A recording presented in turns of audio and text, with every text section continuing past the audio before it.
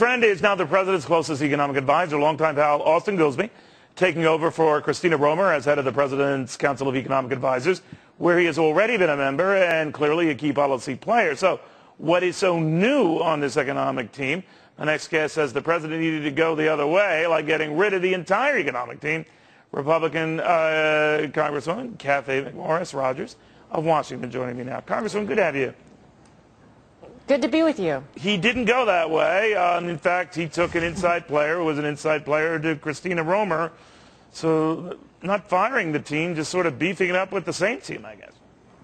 Unfortunately, this is the person that President Obama actually said has most shaped his economic policies. He was his economic advisor when he ran for the Senate in 2004, his economic advisor when he ran for president in 2008.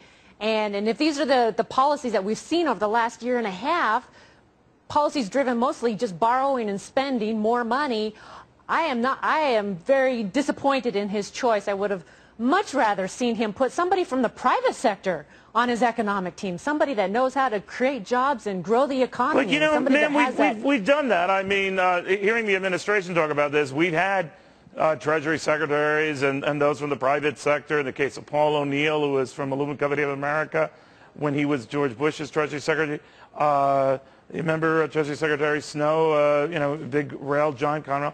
Bottom line is that things weren't so hunky-dory. So they're saying, well, that's what your private sector expertise gets you. What do you say? Yeah, let's get some small business owners on that economic team, people that from all around this country that have been creating jobs.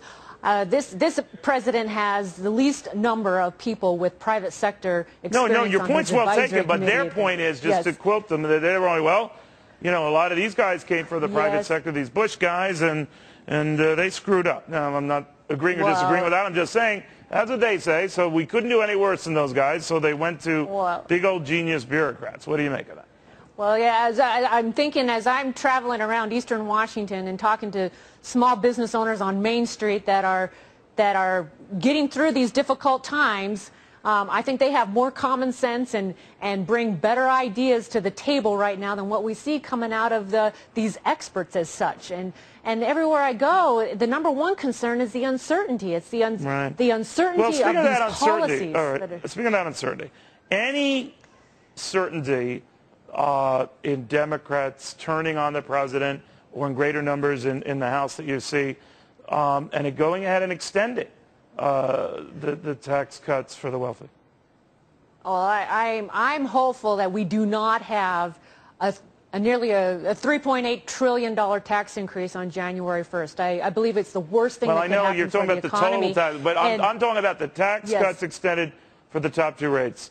Do you think there are enough Democrats who are getting nervous now to say, no, Mr. President, we can't do it right now? I find it curious that not too long ago they referred to all those tax breaks as for the wealthy. But anyway, I believe they're feeling tremendous pressure across the country because people are recognizing that this is a tax increase on families, on small business owners at the worst time possible. Okay. Congresswoman, great seeing you. Thank you. Thank you.